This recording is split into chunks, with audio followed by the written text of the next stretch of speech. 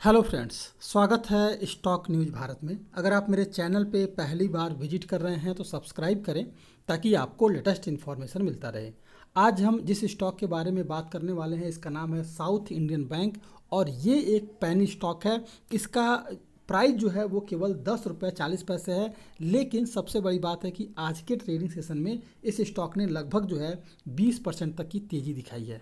अब सवाल ये उठता है कि आखिर में इसके स्टॉक में आगे चल के किस तरह का नज़रिया रह सकता है। अगर हम शॉर्ट टर्म के लिए इन्वेस्ट करते हैं तो आपको जो है इसके स्टॉक में शॉर्ट टर्म के लिए ही इन्वेस्ट करना चाहिए। अगर देखा जाए तो लगभग ये स्टॉक आपको आने वाले 3 से 4 महीनों में हो सकता है कि ट्रिपल से ये 4 गुना भी हो सकता है। और अगर बात करें लॉन्ग टर्म के लिए तो हो सकता है कि ये स्टॉक आपको यहाँ से 10 गुना भी होता हुआ दिखाई दे सकता है।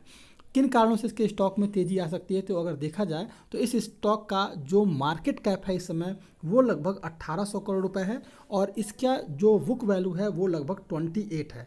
सबसे बड़ा जो डिपॉजिट जो इसका आता है वो आता है आपका एनआरआई की तरफ से आता है। और साउथ इंडिया में केवल बैंक का ही बिजनेस ही काफ़ी नहीं है, क्योंकि यहाँ जो है 26% जो है बिजनेस जो है साउथ राज्य से आता है। बैंक मोबाइल बिजनेस से अगर देखा जाए तो लगभग जो है 1000% ग्रोथ दर्ज कर रहा है। इसके अलावा बैंक के एनपीए काफ़ी निचले स्तर पर है, इसलिए इसके स्टॉक में आपको यहाँ जो है निवेश करना चाहिए और केवल 10 रुपये का ये स्टॉक है। अगर बात करेंगे इस स्टॉक की तो जो इसका एक सपोर्ट बनता हुआ आपको दिखाई दे रहा है वो लगभग अगर देखा जाए तो लगभग ये स्टॉक 32 रुपये 70 पैसे के करीब अपना ऑल टाइम हाई लगाया था और वहाँ से जो है गिरावट हमें देखने को मिल रही है।